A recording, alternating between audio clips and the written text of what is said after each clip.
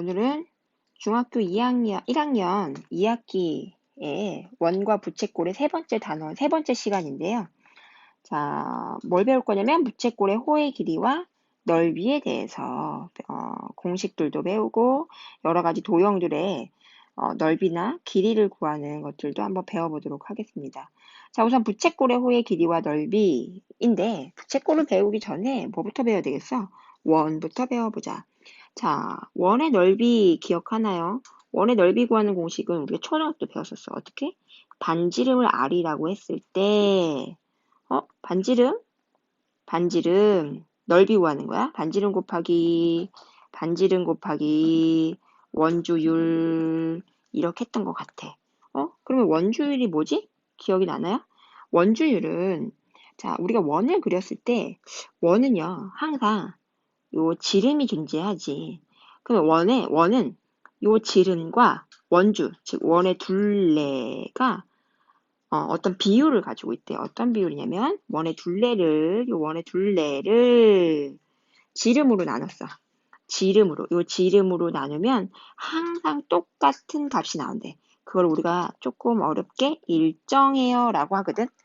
그 일정한 값을 갖는데, 야, 그 일정한 값 말이야 라고 표현하기가 그래서, 그래? 그럼 그 일정한 값을 원주율이라고 하자.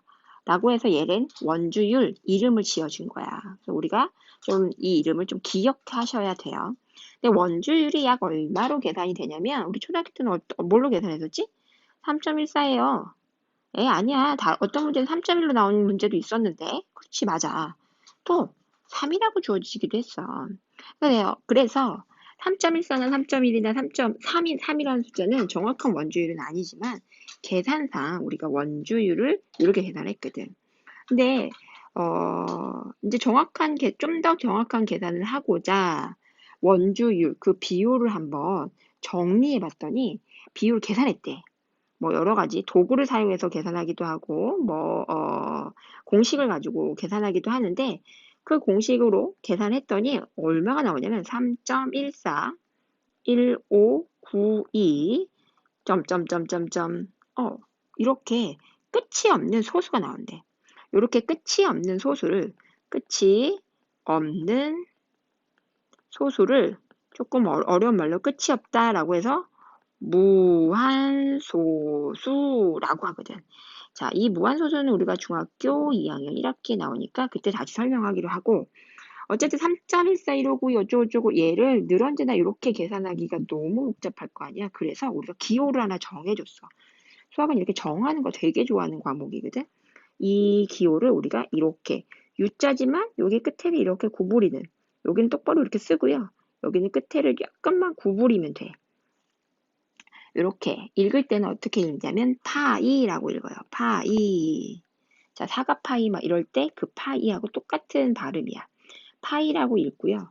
3.1415 어쩌고 즉 원주율을 우리가 나 파이라고 쓸래, 이렇게 쓸래 라고 해서 지금부터는 3.14 이런 거 안 쓰고요. 파이구나 라고 하면 이 파이는 원주율을 얘기하는 거예요.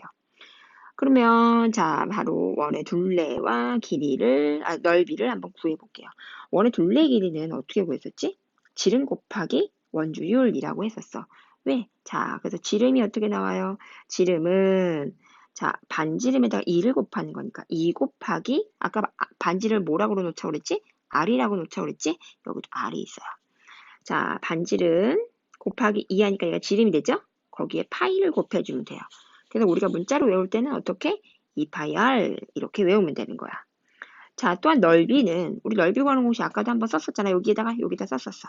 반지름 곱하기 원주율이라고 썼는데 그 반지름을 그냥 R이라고 표현하고 또 반지름을 R이라고 표현하고 그때 원주율을 파이라고 표현하자. 그래서 우리가 문자 형식으로 쓰면 우리가 곱하기는 생략한다고 1학기 과정에서 배웠잖아. 그래서 파이 R 제곱이라고 문자로 외워두는 게 좋아요. 자, 그러면 보면 얘네들은 선생님 얘는요 반지름만 알면 원의 넓이랑 둘레를 모두 구할 수 있네요. 맞아, 정답이야. 그러면 우리 개념 확인 문제를 한번 보면 반지름만 나와 있어. 반지름의 길이가 10일 때 원의 둘레랑 넓이를 한번 구해보래. 자, 원의 둘레랑 넓이를 한번 구해볼까요? 원의 둘레는 어떻게 구한다고? 2파이 r. 여기다 r을 쓸 건데 r이 10이니까 2파이 곱하기 10이라고 쓰면 되겠지. 자, 계산하면 숫자끼리만 계산이 가능하니까 숫자끼리 계산해서 20파이 이렇게 쓰면 되겠죠. 뭐 여기 안에 다 안 써도 되고요. 여기에 바깥에다가 20파이 이렇게 쓰면 되겠지. 자, 원의 넓이도 한번 구해보자. 반지름의 길이가 10이라고 했으니까 반지름의 길이 파이 r 제곱, 원의 넓이는 파이 r 제곱이지. 파이 r 제곱이니까 r 대신에 10을 쓰고 10을 제곱하니까 뭐가 되겠어? 100파이라고 쓰면 되겠죠. 답은 여기도 바깥에 100파이. 대신에 길이의 단위니까 원의 둘레는 센티미터. 자, 원의 넓이는 넓이의 단위니까 제곱 센티미터라고 할 수가 있는 거야. 자, 이렇게 해서 원의 넓이와 원의 둘레 구하는 공식을 배웠어. 자, 우리가 그 다음에는 한번 자, 부채꼴의 호의 길이와 넓이에 대해서 한번 배워보도록 하자. 자, 부채꼴은 사실 원하고 별반 차이가 없어. 왜? 원의 한 부분이야. 피자 조각처럼 이런 부채꼴이 여러 개 모이면 원을 하나 만들 수 있기 때문에 원의 조각이야, 조각. 그래서 원의 일부분이기 때문에 얼마씩을 곱하면 돼. 자, 어떻게 곱하냐면 우리가 지난 시간에 배웠던 부채꼴의 호의 길이는 뭐에 비례한다고 그랬지? 중심각의 무슨 비례? 정비례해요를 이용해서 풀어볼 거야. 그래? 그럼 우리가 호의 중심각, 부채꼴의 중심각의 크기를 x라고 하자. x라고 하고, 그럼 이 x일 때, 저 봐봐. 원의 넓이는, 원은 360도라고 생각해도 되겠지, 중심각이. 원은 중심각이 딱히 없긴 하지만, 원은 전체 한 바퀴가 다 들어가 있는 거니까 360도라고 하고. 그리고 호의 길이를 구하는 그 부채꼴은 x라고 하자. 그럼 걔는 원의 둘레 전체에 대 부채꼴의 호의 길이랑 같단 말이야.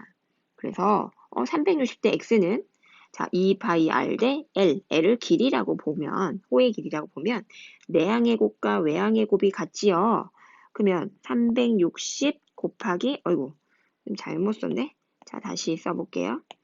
360 곱하기 L은 2파이 r 곱하기 x예요 라고 쓸 수 있죠. 그래서 L은 360 곱하기 2파이 r 곱하기 x 360분의 이렇게 되겠죠.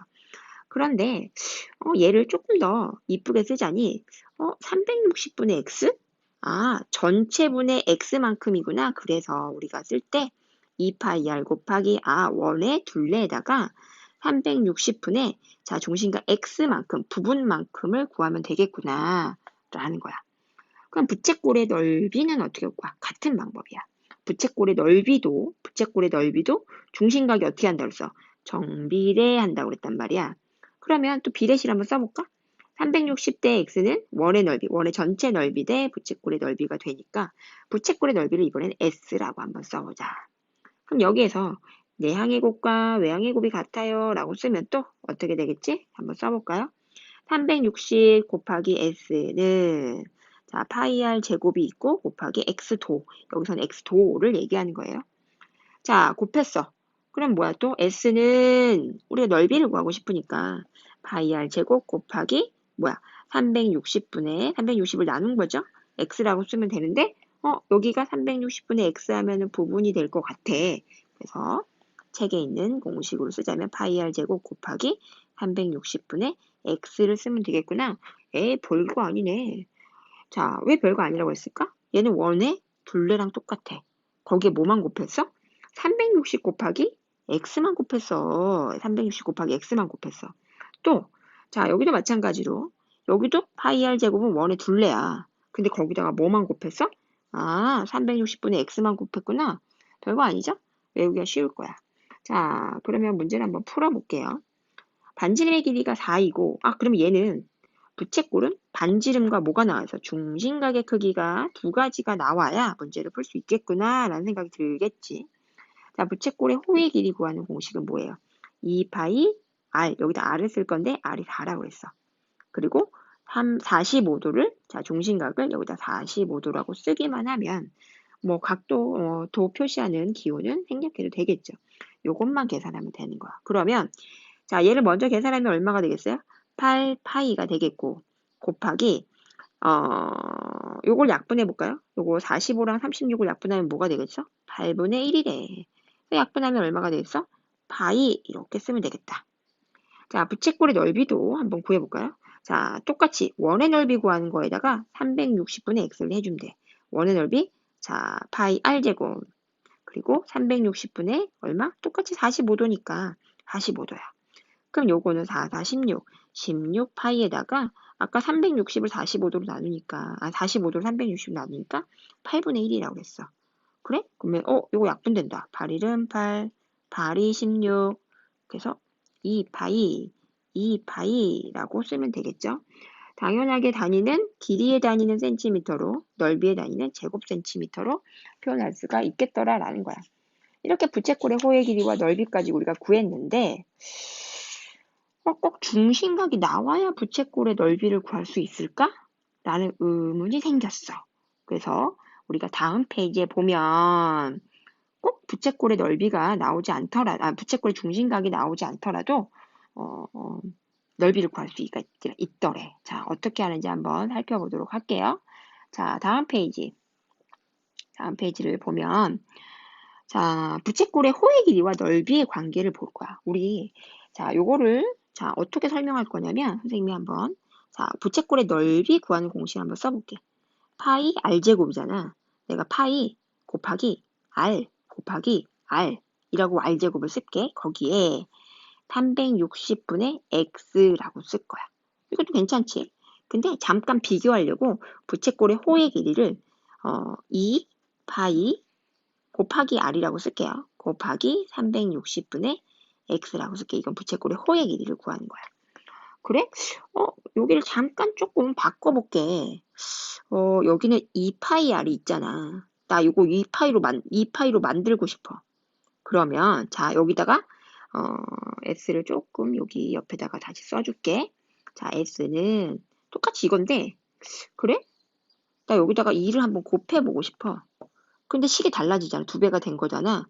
그럼 다시 여기에 2분의 1을 곱하면 요거 계산하면 그냥 1이 돼서 아까 썼던 s랑 크기 값의 차이는 없어졌어.